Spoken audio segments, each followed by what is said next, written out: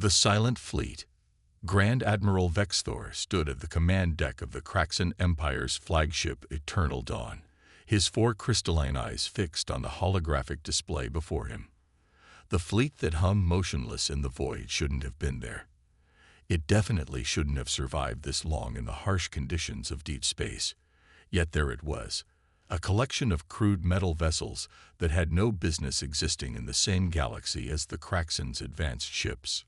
Preliminary scans complete.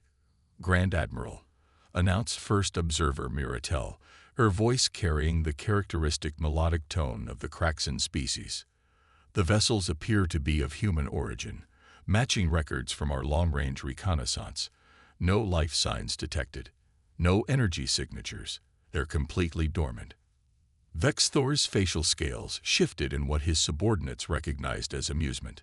Humans, he said, the word feeling foreign on his tongue. The species that refused our initial diplomatic overtures 3 cycles ago. How peculiar to find their ships here, so far from their home system. The fleet hung in space like a collection of dead insects, their hulls scared and pitted from micro-meteor impacts. Vexthor counted at least 30 vessels of varying sizes, from what appeared to be small corvettes to massive carriers. All of them were built with the same brutalist aesthetic. Sharp angles, exposed armor plates, and weapon systems that looked more like primitive projectile launchers than proper energy weapons. "Send in the reconnaissance drones," Vexthor ordered. "I want to know why these ships are here and what happened to their crews." As the drones departed from the Eternal Dawn's launch bays, Vexthor reflected on what little the Empire knew about humans. They were a relatively young species, barely spacefaring by Kraxan standards. When the Empire's diplomatic vessels had approached Earth 3 cycles ago, the humans had responded with immediate hostility, destroying 2 ships before the rest could retreat. The Empire had dismissed them as paranoid primitives, unworthy of further attention. Until now. "Drones are approaching the largest vessels, sir," Miratel reported. "Structure appears to be intact, though there's significant surface damage. Wait, we're detecting a faint power signature. It's barely registering on our instruments." Vexthor's scales rippled with interest. Impossible. Nothing could maintain power for this long without active maintenance. How old are these ships? Based on decay patterns and drift calculations, approximately 15 cycles. "Sir." The Grand Admiral's inner eyelids flickered in surprise. 15 cycles in deep space, yet they still held power. "Show me the interior scans." The holographic display shifted, revealing the ghost-like interior of the human vessel. Empty corridors stretched through the ship like veins through a dead body. The bridge stood silent, its stations covered in a fine layer of cosmic dust. But what caught Vexthor's attention were the weapon systems. All of them appeared to be intact, despite their primitive nature. "Sir," called out Second Observer Kralvek from his station, "I'm detecting unusual radiation patterns from their hull plating. It's like nothing in our database." "Magnify," Vexthor ordered, his curiosity piqued. The display zoomed in on a section of the human ship's hull, revealing a complex pattern of what appeared to be random scaring. But as Vexthor studied it, he realized the pattern wasn't random at all. "It's a lattice," he muttered. "They've modified their hull plating at the molecular level. But why would they?" His question was cut short by a sudden alarm. Red warning lights flashed across the command deck as multiple alerts triggered simultaneously. "Energy spike," Miratel shouted. "Multiple signatures.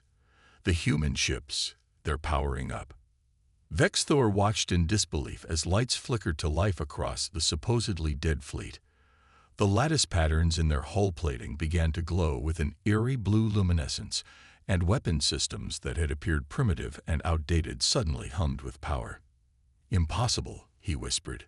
"They were playing dead. All this time, they were—" "Sir," Kralvek's voice carried an edge of panic. "We're detecting multiple launch signatures. They're deploying fighters." From the bellies of the larger human vessels came swarms of smaller craft, their designs unlike anything in the Kraxan database.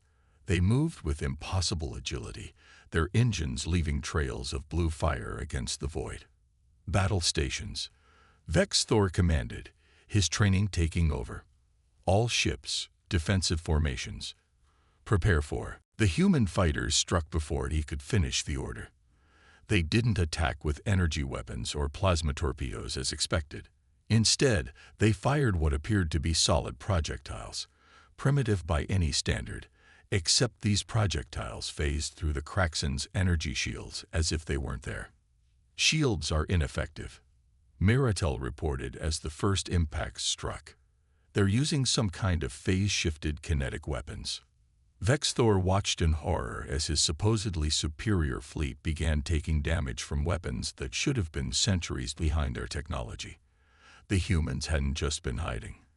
They'd been waiting, studying, adapting. They'd turned their technological disadvantage into a weapon, developing counters to Kraxen defenses that no one had thought possible. Full retreat, Vex Thor ordered, his voice steady despite the chaos around him. All ships, emergency jump protocols. We need to warn the Empire. As the Eternal Dawn prepared for its jump to safety, Vex Thor kept his eyes on the human fleet. They weren't pursuing, he realized. They were simply watching, their ships now fully awakened and battle-ready, as if daring the Kraxen to return. Send a priority message to High Command, he said as the jump drives spooled up. Tell them we were wrong about the humans. They're not primitive, and they're definitely not inferior. There's something else entirely, something we've never encountered before. The last thing Vex Thor saw before the jump was a new signal appearing on his displays. The humans were broadcasting on all frequencies, using the Empire's own communication protocols. The message was short, but its implications would haunt the Grand Admiral for cycles to come. Thank you for the combat data. We look forward to our next encounter. As the Eternal Dawn vanished into hyperspace, Vex Thor realized that the Empire had made a terrible mistake. They hadn't discovered an abandoned fleet. They'd walked right into humanity's first lesson in interstellar warfare, and somehow he knew it wouldn't be the last. The adaptive response. The Kraxen High Command Chamber had never felt so tense. Grand Admiral Vex Thor stood before the Council of Nine, their crystalline forms shimmering with barely contained agitation as they reviewed the battle footage from the Eternal Dawn's encounter. Impossible, Supreme Commander Zinra declared, her crystalline form pulsing with deep red hues of anger. These readings must be incorrect. No species could have modified our own shielding technology so quickly. Vex Thor activated another hologram, showing the aftermath of humanity's second attack on the Empire's forces. This time, the humans hadn't waited in ambush. They'd struck directly at a Kraxen mining colony in the Helios sector. Not only did they modify our technology, Vex Thor responded, they improved it. The human ships we encountered last week were using a hybrid of their primitive kinetic weapons and our phase shift technology. They've somehow managed to combine the two in ways our scientists hadn't even considered. The footage showed human vessels, now adorned with distinctly Kraxen-inspired modifications, tearing through the colony's defensive fleet. Their ships moved with an almost organic fluidity, adapting their tactics in real time as the Kraxen defenders attempted to counter them. What's most disturbing, Vex Thor continued, is their complete disregard for conventional military doctrine. Observe this sequence. The hologram focused on a human destroyer caught in the crossfire of 3 Kraxen battlecruisers. Instead of retreating or attempting to shield itself, the destroyer deliberately vented its reactor core, creating a massive electromagnetic pulse that not only disabled the Kraxen ships, but somehow charged the human vessel's modified weapon systems. They're using their own disasters as weapons, Council member Kelver noted, his crystalline structure vibrating with fascination. Every time we think we've cornered them, they transform their disadvantages into advantages. Vex Thor nodded grimly. Our initial assessment of humans as technologically inferior was our first mistake. We judged them by our standards, expecting them to follow our path of technological evolution. Instead, they've taken an entirely different approach. The hologram shifted again, showing captured footage from inside a human vessel. The council watched in silence as human crew members worked with what appeared to be salvaged Kraxan technology, their hands moving with surprising dexterity as they integrated alien components into their systems. Their adaptability is unprecedented, Vexthor explained. While we spend years perfecting a single technology, they rapidly prototype and implement multiple solutions simultaneously. They don't seek perfection. They seek effectiveness. But surely their casualty rates must be astronomical. Council member Tyrix interjected. Such reckless experimentation. That's another aspect we've misunderstood. Vexthor interrupted, switching to a new set of data streams. Human ships are designed to be modular. When an experiment fails, they lose a component, not the entire vessel. Their crews train extensively in emergency procedures. They expect failure and plan for it. Supreme Commander Zinra's color shifted to a deep blue of concern. You're suggesting they built their entire military doctrine around the expectation of things going wrong. Exactly, Vexthor confirmed. And it gets worse. We've detected increased activities in human space. They're not just adapting our technology. They're sharing their findings across their entire sphere of influence. The final hologram showed a map of known human space, with thousands of data points indicating the spread of modified technology. What had started as a few experimental ships had become a full-scale technological revolution. They're not just fighting us, Vexthor concluded. They're learning from us. Every engagement, every piece of debris we leave behind, every transmission we send, it's all being studied and repurposed. The humans have turned this entire conflict into a vast learning experience. The council chamber fell silent as the implications sank in. The Kraxan Empire had prided itself on its technological superiority for millennia, but now they faced an enemy that could take their greatest achievements and transform them into something entirely new within weeks. There's something else, Vexthor added, his voice lowering. We've intercepted communications suggesting that what we're seeing is only their military response. Civilian research groups, academic institutions, even their entertainment industry, they're all contributing to their war effort in different ways. Their entire society is adapting to fight us, Kelvor asked, incredulous. No, Vexthor corrected.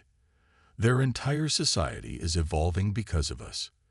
This isn't just adaptation, it's acceleration. Every challenge we present them with is causing them to advance more quickly. We're not just fighting their military. We're inadvertently pushing their entire civilization to transform itself.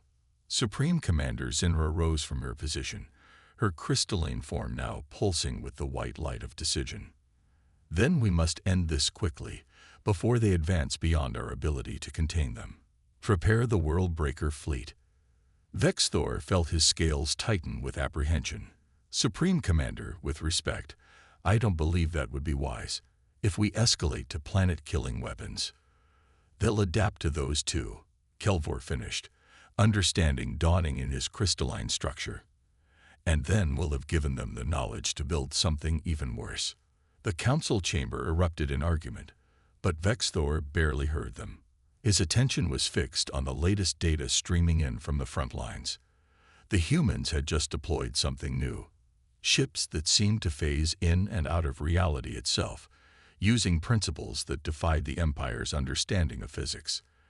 They'd adapted faster than even he had predicted, and somehow, Vexthor knew this was still just the beginning.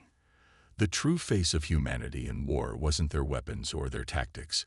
It was their relentless drive to evolve, to transform, to become something more than they were before. The Empire had wanted to teach humanity its place in the galaxy.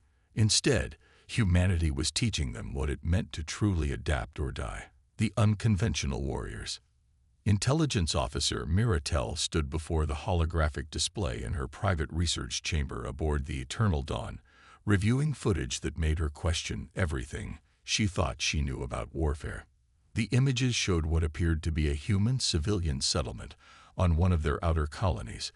At least, that's what it was supposed to be. "Play sequence 17 again," she commanded. The AI complied, showing what had seemed like a routine Kraxan raid on a mining outpost. The Imperial forces had followed standard protocol, deploying overwhelming force against minimal expected resistance. They'd been wrong. The miners had transformed their industrial equipment into weapons within minutes. Drilling machines became improvised artillery. Processing plants concealed shield generators. Even the children, had played their parts, acting as lookouts and coordinating resistance through gaming networks that doubled as military command systems. Update from Deep Analysis. Officer, her terminal chimed. We've confirmed that the human education system includes combat training disguised as recreational activities. They call them games and sports. Miratel's crystalline form pulsed with troubled colors. She'd spent the last 3 cycles studying human society, trying to understand how a species could turn its entire civilization into a weapon of war. The answers she'd found disturbed her more than any military defeat. "Display the cultural integration analysis," she ordered. A new set of data streams appeared, showing the myriad ways humans prepared for conflict through their daily lives. Their entertainment wasn't just entertainment, it was tactical simulation. Their social media networks doubled as emergency communication systems. Their children learned spacecraft operations through what they called video games, achieving levels of competency that rivaled trained Kraxan pilots. "Officer Miratel," a voice called from her doorway.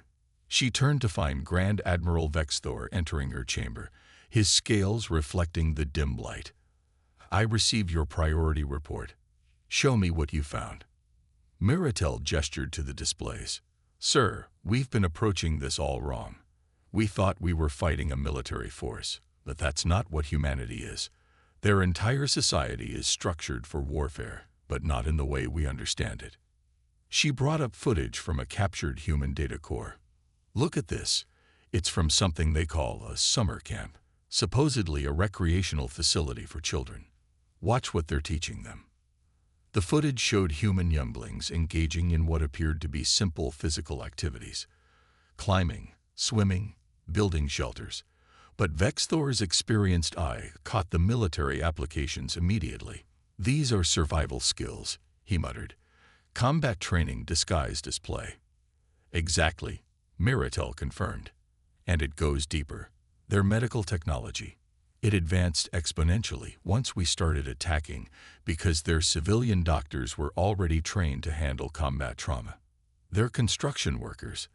They can convert buildings into fortresses because they've been doing it in simulations their entire lives." She switched to another display, showing human civilian responses to Kraxan attacks. "We're not just fighting their military, sir. Every human is a potential warrior because their entire culture is built around adaptation and survival. They don't separate civilian and military life the way we do." Vexthor studied the displays, his expression darkening. "Show me their industrial response." New images appeared. Human factories reconfiguring themselves overnight, civilian vehicles being converted into weapon platforms, household items repurposed into combat gear. What struck him most was the speed of it all. There was no transition period, no chaos of conversion. They'd planned for this. "Sir," Miratel continued, "I've also discovered something about their information networks. They're redundant, decentralized. We can't shut them down because they're designed to fragment and reconnect automatically. Even their entertainment systems can be used for military coordination. Like a swarm intelligence," Vexthor observed. "Each part capable of operating independently while still contributing to the whole." "And it gets worse," Miratel added, bringing up new data. "We've detected increased neural activity in human populations under stress. They're not just adapting their technology and tactics, they're actively evolving. The more we push them, the faster they change." The display showed brain scans of human civilians before and after Kraxan occupation attempts. The neural patterns had become more complex, more interconnected. They were literally rewiring themselves in response to the threat. "Their young ones worry me most," Miratel admitted. They adapt faster than the adults. Every generation born during this conflict shows increased capacity for tactical thinking, spatial awareness, and technological integration. They're not just learning from us. They're evolving to fight us more effectively. Vexthor's scales shifted in a pattern Miratel had never seen before. Was it fear? Show me their response patterns in occupied territories. The footage that followed showed how human civilians operated under Kraxan control. They appeared to submit, to accept their conquest, but it was all a facade. They turned their daily routines into resistance operations. Workers sabotaged equipment while appearing to repair it. Children passed military intelligence through playground games. Even their art and music carried coded messages. We can't control them, Miratel concluded. Every attempt to suppress their resistance just teaches them new ways to fight back. They're using our own occupation protocols against us, finding weaknesses we didn't even know existed. And their actual military? Vexthor asked, though he suspected he knew the answer. It's like they're reading from a different tactical manual entirely, Miratel replied. They don't try to match our strengths or defend against our attacks in expected ways. They create new paradigms of warfare with each engagement. Our predictive algorithms are useless because they never do the same thing twice. Vexthor stood in silence for a long moment, watching the displays cycle through evidence of humanity's unconventional approach to warfare. Finally, he spoke. We've made a fundamental error in our approach, haven't we? Yes, sir, Miratel agreed.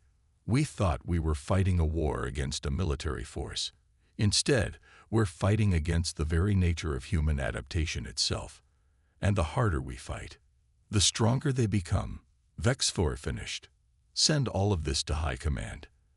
They need to understand, this isn't a war we can win through conventional means.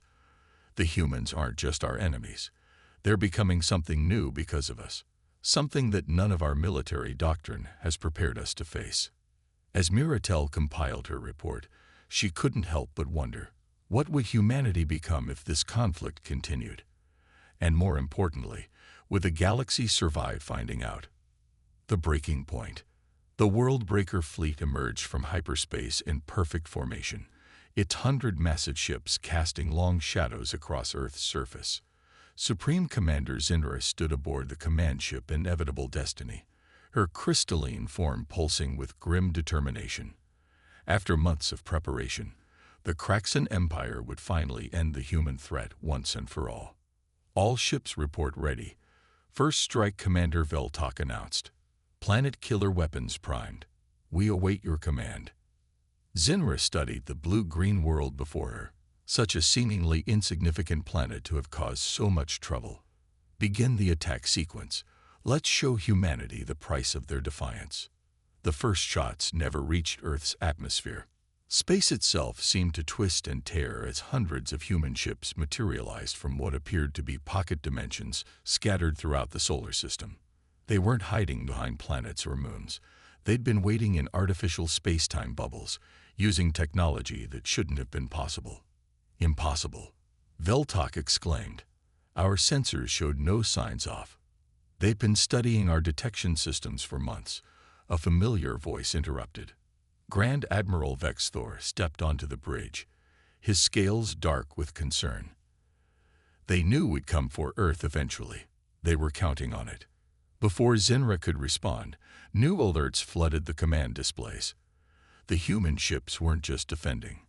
They were executing a precisely coordinated attack that seemed to target specific vulnerabilities in the Worldbreaker fleet's formation. Multiple breaches detected, Veltok reported. They're using some kind of biological technology, living metal that adapts to our countermeasures in real time. Zinra watched in horror as human vessels launched what appeared to be organic drones that attached themselves to Kraxan ships. The drones didn't just damage the vessels, they began transforming them, converting Kraxan technology into hybrid systems that turned against their own fleet. This isn't just adaptation anymore, Vexthor observed grimly. They've transcended conventional technological evolution. Those ships, they're not just machines. They're synthesized life forms. A new hologram appeared above the command deck, a transmission from Earth. The human that appeared was unlike any they'd seen before. Cybernetic enhancements were visible across their form, but they weren't crude mechanical additions. The technology seemed to flow naturally, as if it had grown from their very cells. "I am Admiral Sarah Chen of the Earth Defense Force," the figure announced. "We've been expecting you. Thank you for bringing your most advanced weapons to us. They'll make excellent additions to our arsenal." Zinra's form flashed with anger. "You dare mock us? We came to end this war." "No," Chen replied calmly. "You came to validate our preparations. Ever since your first diplomatic vessels attacked us, we knew this day would come. Everything since then, every battle, every engagement, has been preparation for this moment." New data streamed across the Kraxan displays. Thousands of human settlements appeared across the galaxy, hidden in dimensional pockets, inside gas giants, within artificial asteroids. They hadn't just prepared for the attack on Earth, they'd ensured their species' survival, no matter the outcome. "Observe," Chen continued, gesturing to something off-screen. The view shifted to show massive underground complexes beneath Earth's surface. "These aren't bunkers. They're evolutionary chambers. For every human you see fighting today, thousands more are undergoing controlled adaptation, preparing for every possible scenario of this war." Vexthor stepped forward. "You're not just defending anymore, are you? You're transcending." "Finally, someone who understands," Chen smiled. "Your attacks didn't weaken us. They showed us our potential. Every weapon you used against us became a tool for our advancement. Every technology you deployed became a stepping stone in our evolution." The battle around them had shifted. The World-Breaker fleet's planet-killer weapons were being systematically disabled, their energy absorbed and redirected by human ships that seemed to phase between organic and mechanical states at will. "Status report," Zinra demanded. "We've lost 30% of the fleet." Veltok responded, his voice shaking. "Their biological technology is learning, adapting. Every countermeasure we deploy just makes them stronger." Chen's image flickered as another wave of human ships emerged from their dimensional pockets. "We could have remained a simple spacefaring species, content with our corner of the galaxy. Instead, you forced us to become something more. The question is, will you recognize your mistake before it's too late?" Vexthor turned to Zinra. "Supreme Commander, we need to retreat. This isn't a battle anymore. It's a transformation. And we're not fighting against humanity's weapons. We're fighting against what they're becoming." Zinra watched as more of her ships were overtaken by the living metal, their crews reporting bizarre changes in their own crystalline structures as the human biotechnology interfaced with Kraxan biology. They weren't just losing ships. They were witnessing the birth of something unprecedented. "Your empire sought to break us," Chen continued. "Instead, you broke the barriers of our potential. Every species has its crucible moment, the point where it either transcends its limitations or falls into extinction. You just happened to become ours." As the World-Breaker fleet began its desperate retreat, Vexthor couldn't help but marvel at the irony. They had come to deliver humanity's breaking point, only to discover that humans had no breaking point, only breaking through points. The last image they saw before jumping to hyperspace was Earth, surrounded not by the ruins of a defeated civilization, but by the gleaming shells of transformed ships that symbolized humanity's next evolutionary step. They had come to end a war, only to witness the beginning of something far more profound, and perhaps far more terrifying. Humanity hadn't just survived their ultimate weapon. They had turned it into their greatest catalyst for change. The new understanding. The Council of Nine had never met in the deep chamber before. Located beneath the crystal spires of the Kraxan homeworld, this ancient meeting place was reserved for moments that would reshape their civilization. As the highest leaders of the empire gathered, their crystalline forms casting rainbow refractions across the obsidian walls, Grand Admiral Vex Thor realized this might be the most important gathering in their species' history. The humans have requested a delegation, Supreme Commander Zinra announced, her form still showing traces of damage from the Earth battle. Not to discuss surrender, ours or theirs, but to propose something unprecedented. The chamber's holographic systems activated, displaying the current state of human space. What had once been a scattered collection of colonies had become something else entirely. Structures that defied conventional physics orbited transformed worlds. Ships that seemed alive patrolled dimensional corridors that shouldn't exist. 3 cycles ago, we thought we were dealing with primitives, Vex Thor addressed the council. 2 cycles ago, we recognized them as adaptable warriors. 1 cycle ago, we witnessed their transformation into something beyond our understanding. Today, we must decide whether to accept their invitation to evolve alongside them. The human delegation's message played above the chamber. Admiral Chen's form had changed even further, the integration of biological and technological elements, now so seamless it was difficult to determine where one ended and the other began. The Kraxan Empire sought to break us, Chen's recorded message stated. Instead, you broke open the doors of possibility. We don't seek revenge or dominion.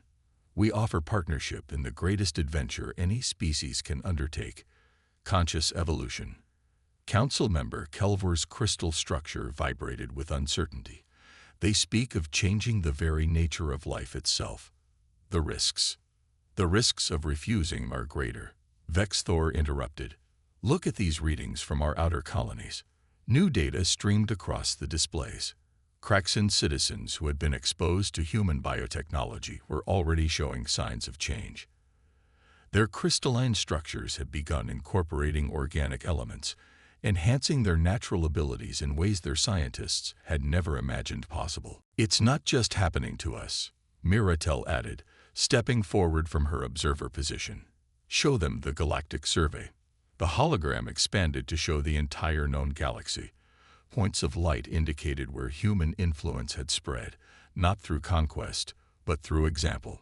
Species that had once feared the Empire were undergoing their own transformations, inspired by humanity's breakthrough.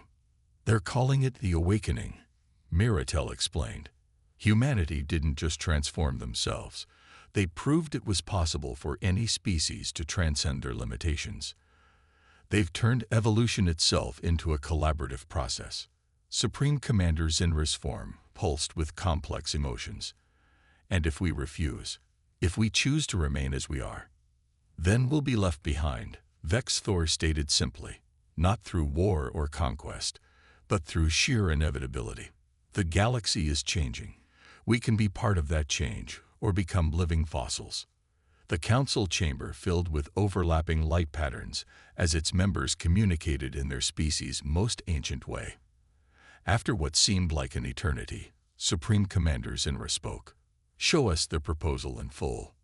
The holographic display shifted one final time, revealing humanity's vision for the future. It wasn't a peace treaty in any traditional sense. Instead, it was a roadmap for collaborative evolution, a plan to combine the strengths of both species while transcending their limitations. They're not just offering to share technology, Miratel observed. They're offering to share destiny. The images showed joint research facilities where humans and Kraxan would work together to explore the boundaries of existence. Training grounds where both species could learn from each other's strengths. Most importantly, it showed a future where the line between organic and synthetic, between evolved and engineered, became meaningless in the face of conscious transformation. There's something else you need to see, Vex Thor added, bringing up one final piece of data. This is from their historical archives. Every major advancement in human history came from periods of conflict and challenge. They don't just survive adversity. They use it as a catalyst for change. Are you suggesting they needed us to attack them? Council member Tyrix asked incredulously. Not specifically us, Miratel answered, but they needed something to push against, to overcome. It's built into their very nature. They don't seek conflict, but they use it in ways we never imagined possible. The council studied the proposal in silence. Finally, Supreme Commander Zinra rose, her crystalline form glowing with decision. "We came to this chamber expecting to plan our species' survival," she announced. "Instead, we're planning its transcendence. Contact the human delegation. Tell them we accept their invitation to evolution." As the council members filed out of the deep chamber, Vex Thor remained behind, studying the images of Earth's transformed fleet. He remembered his first encounter with the supposedly abandoned human ships, how he'd dismissed them as primitive. Now he understood. Humanity's greatest weapon had never been their ships or their adaptability, or even their biotechnology. Their greatest weapon was their fundamental nature, the drive to take every obstacle, every challenge, every potential extinction event, and turn it into an opportunity for transformation. They hadn't just survived the war. They'd used it as a crucible to become something more. And now they were offering to share that gift with the galaxy. As Vex Thor finally turned to leave the chamber, he realized that the true face of humanity in war had never been about conflict at all. It had been about potential. The potential to transform, to transcend, to take even the darkest moments and use them as stepping stones to a brighter future. The war was over. The real adventure was just beginning.